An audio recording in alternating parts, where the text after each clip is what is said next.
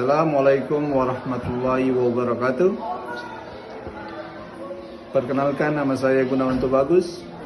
Saya guru akidah akhlak di Maninsan Cendekia, Halmahera Barat. Sekaligus mahasiswa PPG Daljab Batch 1 tahun 2025 di LPTK IAIN Palangkaraya.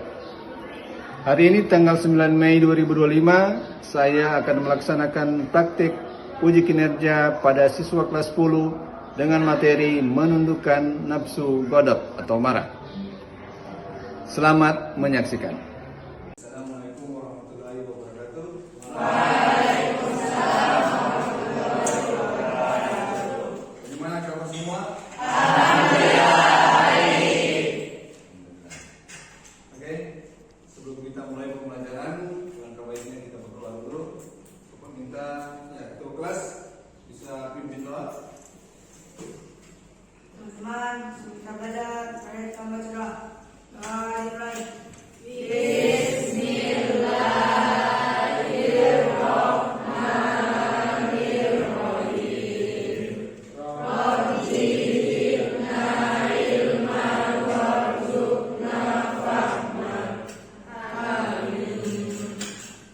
Oke, selanjutnya semua berdiri, kita nyanyikan lagu nasional Garuda Pancasila. Semuanya berdiri.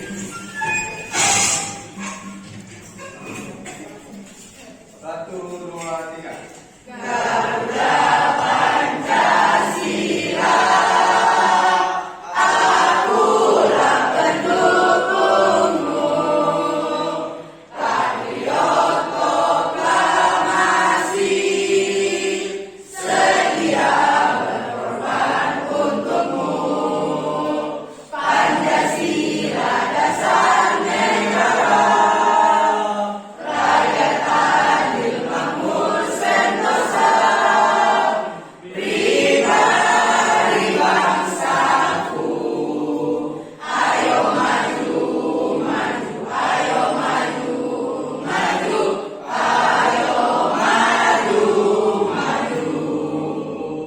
Oke, selesai. Bisa duduk kembali. Nantinya kita lanjutkan dulu. Yang bawa Al-Quran silakan dibuka.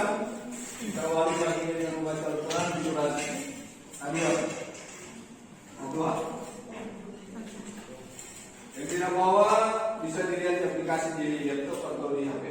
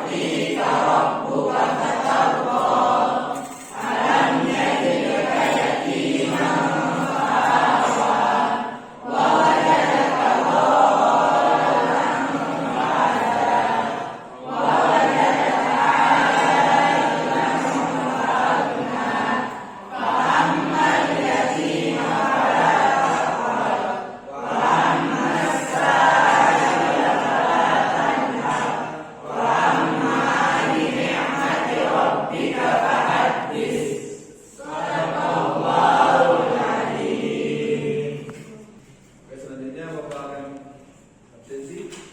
Mau di bagian dulu. Pak Ira, kemudian Alvin Hamil, Aurora, Nur Rohmania. Oke, selanjutnya Bapak ini menanyakan dulu, siapa yang masih ingat materi kita sebelumnya? Apa pengertian dari nafsu syahwat? Keinginan seseorang atau dorongan hati yang kuat untuk memenuhi kebutuhan hidupnya. Ya, jadi nafsu syahwat, keinginan seseorang, nafsu ya, keinginan atau dorongan seseorang untuk memenuhi. Cara kita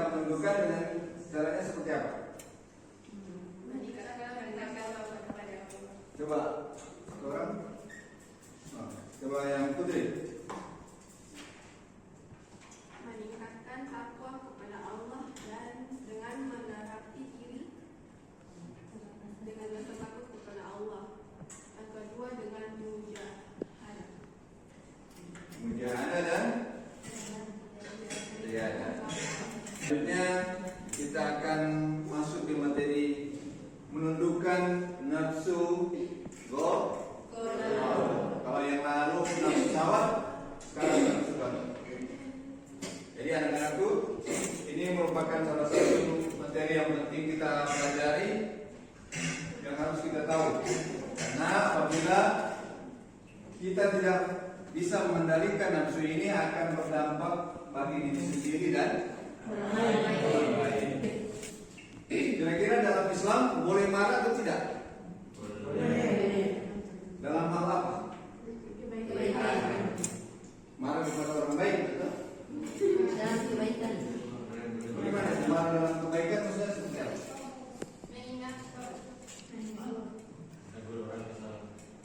Ya, jadi kita marah di saat melihat ada sesuatu yang tidak baik, ada kemungkaran, ada ketidakadilan, ada kemaksiatan, di situ kita boleh marah. Namun Nabi bilang kita harus tetap bisa mengendalikan amarah. Karena dampaknya tadi bisa merugikan diri sendiri dan Orang lain. Oke, semoga dengan pembelajaran ini ke depan kita bisa lebih mengontrol amarah kita. Oke, selanjutnya Bapak akan tunjukkan, dilihat semua di slide tujuan pembelajaran kita tentang materi. Lihat tujuan pembelajaran, hal-hal yang ingin kita capai pada hari ini. Yang pertama, menjelaskan pengertian ghadab dengan benar.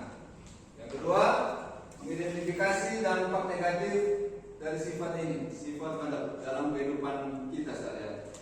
Kita bisa mencontohkan, mengetahui sehingga bisa menjauh.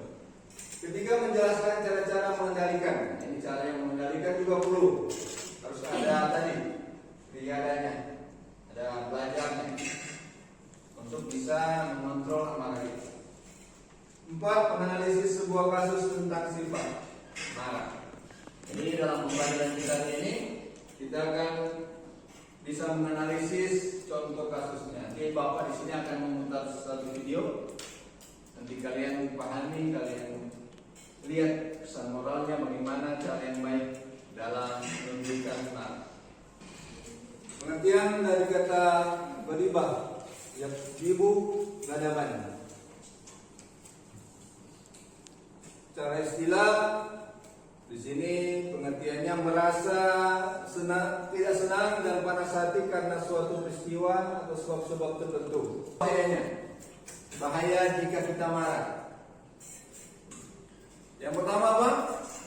Bagi diri sendiri. Nah, membahayakan bagi diri sendiri. Jadi bahaya marah pertama bagi diri sendiri. Oke, selanjutnya bagi orang lain. Jadi ada bahayanya bagi orang lain juga. Ada sebab-sebab timbulnya marah. Yang pertama, Harga diri tersinggung. nah ini sebabnya. Sebab seseorang akan marah jika yang pertama harga dirinya Tersinggung. ya. Yang kedua, ucapan atau perilaku orang lain yang menyakiti hati tadi. Ucapan. Ketiga, kondisi fisik yang baik. Yang keempat, lingkungan yang tidak kondusif, tidak tenang, hikmahnya. Jika kita bisa menundukkan amarah kita. Yang pertama, Mendapat cinta dan kasih sayang dari Allah. mendapat cinta dan kasih sayang. Dari Allah. Yang kedua, menjaga dosa dan kerugian. Yang ketiga, menjaga hubungan baik dengan sesama. Keempat, menjaga kesehatan fisik dan mental, menghindarkan dari penyesalan. Nah, ini yang terakhir. Kalau orang sudah marah, dia luapkan kemarahannya, ujung-ujungnya dia pasti menyesal. Oke, itu untuk Selanjutnya Bapak akan putar satu video. Lalu tidak akan ada keramaian dalam hati selama kita tidak berupaya.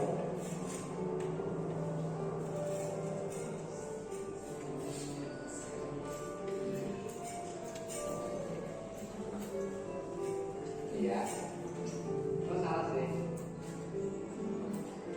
Oke. Kita berubah, ya. Masih apa? Ingat, tetap semangat dan selalu berprasangka baik terhadap sesama. Siap.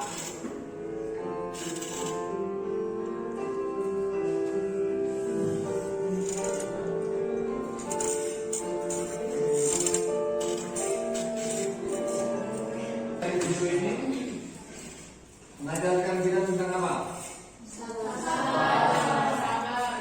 Cara menunjukkan amarah yang hanya akan merugikan diri sendiri. Dalam video ini ada motivasinya atau pesan moral yang besar ya. Ini bisa dilihat baca. Semoga kita semua bisa jadi orang yang pemaaf, memaafkan, sabar dan selalu berprasangka baik terhadap sesama, karena dengan cinta yang tulus maka hati kita akan damai dan tentram. Oke, selanjutnya di sini Bapak akan membagi kelompok, berikan LPDD-nya. Nanti kalian dikerjakan, ada contoh kasus di sini, kalian bisa juga menanggapi. Ini kelompok saja. Oke, ini kelompok satu. Dua. Sama. Berikan pendapatnya masing-masing. Yang pertama, apa yang dapat buruknya dari ini misalnya? Kalian pakai prosesnya, kalian rumuskan sama-sama.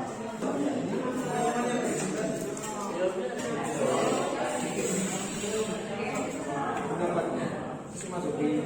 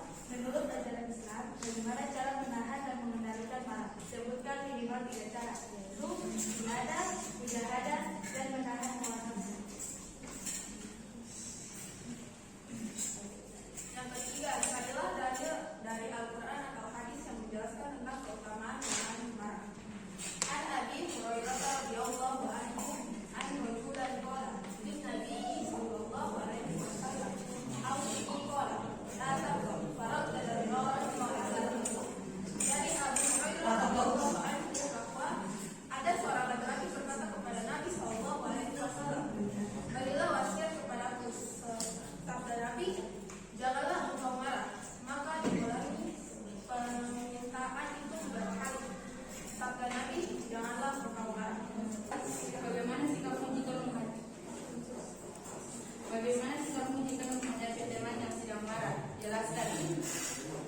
Sabar menunggu amarahnya mereda dan menasihati dia bahwa amarah atau marah dapat berdampak buruk bagi diri sendiri, orang lain, dan kesehatan mental dan fisik. Bertanya?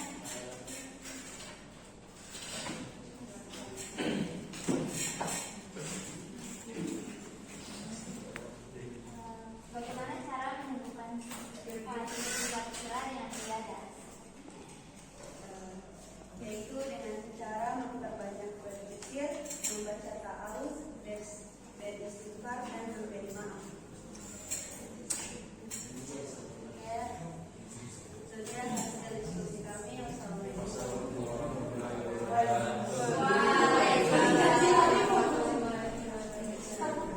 Assalamualaikum warahmatullahi wabarakatuh.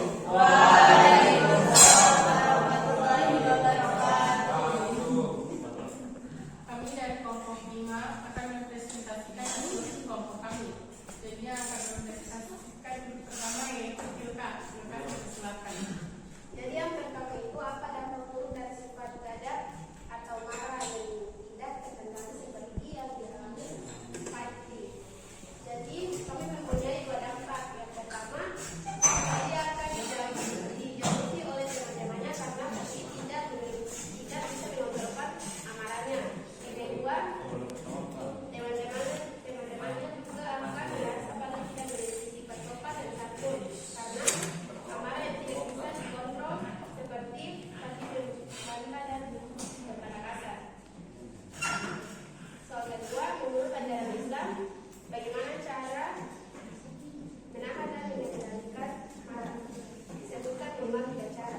Yang pertama, saat amarah sedang menguasai pikiran, sebisanya mungkin untuk beristirahat.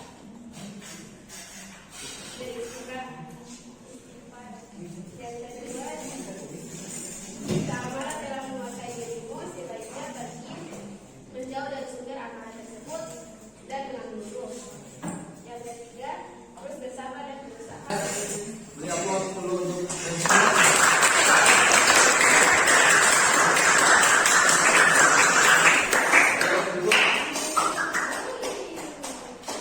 ada semangat?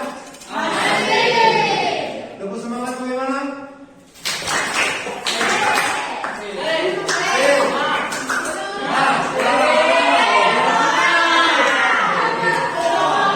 Sekali lagi supaya kompak, lebih kompak, tetap semangat, tepuk semangat. 1, 2, 3.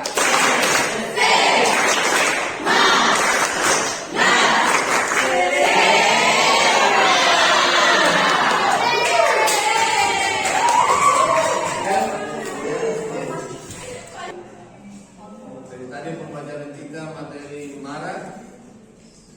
Sekarang coba kalian bayangkan dalam kehidupan sehari-hari. Bagaimana saat kalian ditemui dengan kondisi akan marah? Kira-kira apa yang akan kalian lakukan? Apa? Mengatur nafas. Apa lagi? Beristighfar. Sholat. Berwudu. Merubah posisi. Jadi Nabi bilang kalau kita sedang marah, makan.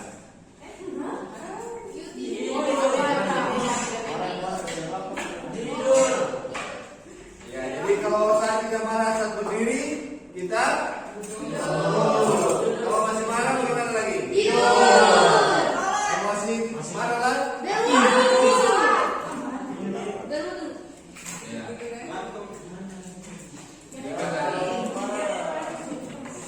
Jadi kalau masih marah bagaimana lagi? Sholat apa lagi? Kalau masih marah lagi? Oke anak-anak, tadi kita sudah selesai presentasi. Sekarang Bapak ingin kalian merenungkan, membayangkan dalam kehidupan sehari-hari kalian akan ditemui dengan yang namanya apa? Kondisi yang membuat kalian marah. Apa yang akan kalian lakukan? Pukul.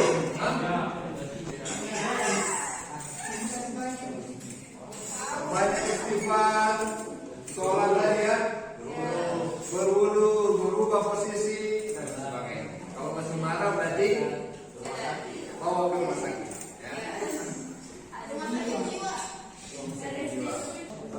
anak-anak, ini sudah di akhir pertemuan kita kali ini. Sekarang Bapak mau meminta kita merenungkan, merefleksikan apa yang telah kita dapatkan pada hari ini. Masing-masing merenungkan apa yang kalian pelajari. Apa yang akan kalian lakukan jika menemui kondisi marah? Coba ditulis di buku catatan masing-masing. Sekarang, bayangkan kalian merenungkan apa yang akan kalian lakukan jika kalian temui kondisi yang akan membuat kalian marah. Terus di situ, refleksikan di situ di buku masing-masing apa yang telah kalian pelajari dan bagaimana caranya kalian menghindari marah ini. Oke, selanjutnya Bapak minta kepada satu siswa untuk bisa merefleksikan apa yang didapat dalam pelajaran ini dan apa yang dilakukan jika dalam kondisi yang marah. Silakan, siapa? Ya, oke. Jadi tepuk tangan dulu.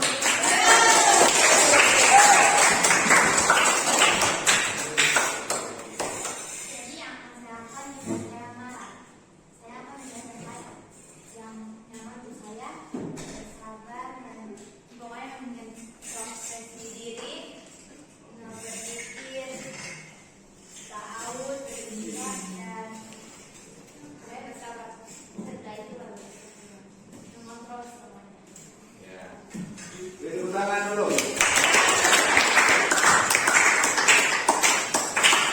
Ada yang lain yang menambahkan?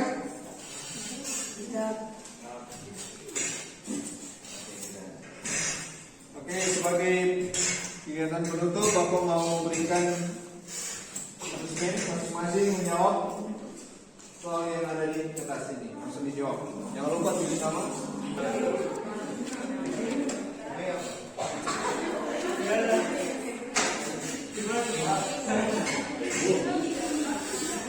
Jangan lupa ditulis nama di pojok atas. Oke, ini sudah akhir pertemuan. Nanti untuk minggu depan silakan baca materi selanjutnya tentang akhlak terpuji. Ya. Sebelum kita tutup, peminta tadi ketua sekarang wakil ketua, silakan memimpin doa akhir pembelajaran.